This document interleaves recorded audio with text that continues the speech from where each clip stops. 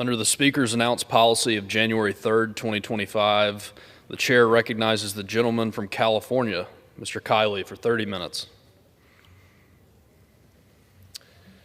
Thank you, Mr. Speaker. We've just heard the gentleman from Texas speak passionately on a number of topics, which is his prerogative as an elected member of Congress to speak from this floor on any topic he chooses.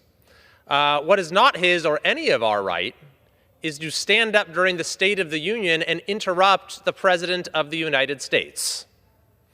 Imagine if everyone did that.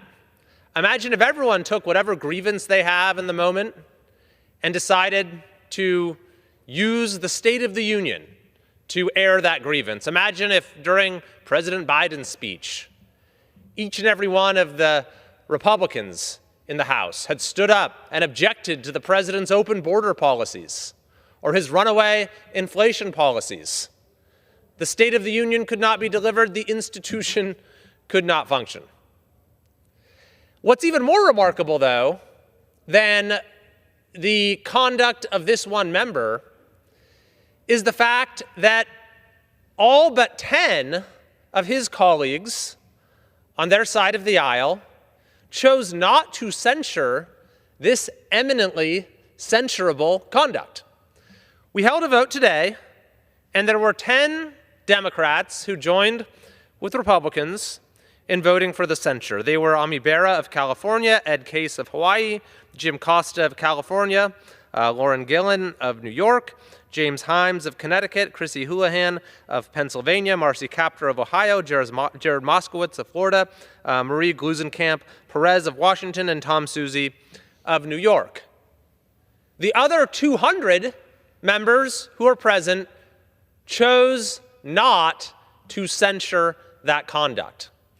I find that remarkable, and indeed, the antics on display during the State of the Union truly exemplified everything that is wrong with politics in this country today.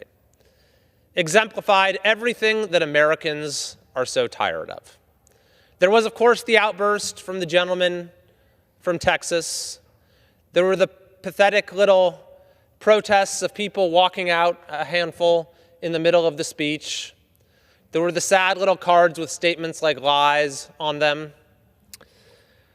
But beyond all of that, there was a premeditated refusal from one side of the aisle, acting in unison, to stand and applaud for literally anything that the president said. So what were some of the things that they uniformly, acting as a monolith, refused to applaud? Well, they refused to stand and applaud for record-low illegal border crossings, for protecting women's sports, for stopping fraudulent payments, for capturing a terrorist who killed 13 American service members. They refused to stand and applaud for supporting law enforcement, for improving military recruitment, for protecting free speech, for having our workers actually show up to work, for hiring people based on merit, for opening new power plants, for living in peace, for the signing of the Abraham Accords, for returning manufacturing to America. Not a single person stood. And that's kind of the most incredible thing, is there was a willful decision to sacrifice any individuality to the orders being given by party leadership. But it got particularly disturbing when the president recognized a number of heroic Americans who were present. And we had our colleagues refuse to stand and applaud for a volunteer firefighter who provided a home to 40 foster children, to the victim of a deep fake who has become an advocate for other victims, to the family of Laken Riley, to the family of Jocelyn Nungare, to a heroic Border Patrol agent, to the widow of an officer who was killed in the line of duty, to a 13-year-old survivor of brain cancer. Such an inspiring young man, to a young man admitted to West Point, to a history teacher who has finally been brought home after being a political prisoner in Russia for 14 years, and to the family of Corey Comparatore. Each and every time the president recognized one of these individuals in the gallery, there was a premeditated refusal to stand and acknowledge them. And we know that they know how to do it during President Biden's State of the Unions, which, by the way, his last one was one of those caustic, partisan speeches I've ever seen, where he repeatedly compared himself to his predecessor, that is, his political opponent at the time. Dozens of times they stood and applauded. And by the way, on our side, for a lot of those times we didn't stand and applaud because he was saying partisan things or things we disagreed with.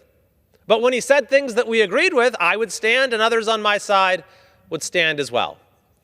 When he spoke to unifying ideas about what makes our country great, we would stand and applaud. When he highlighted people who were deserving of commendation, we would stand and applaud. And yet the contrast could not have been starker in President Trump's speech and the reaction to it here in the chamber on Tuesday. And I think that's really unfortunate because Americans of all party affiliations, Republican, Democrat, Independent, Green Party, whatever the case may be, repeatedly say in overwhelming numbers that the political divisions in this country are a serious problem. I believe it's weakening us as a country. And I think we need to find opportunities to come together. We need to be looking for common ground. And the fact that you had one side that came into Tuesday's speech intent on finding no common ground whatsoever is a very unfortunate thing.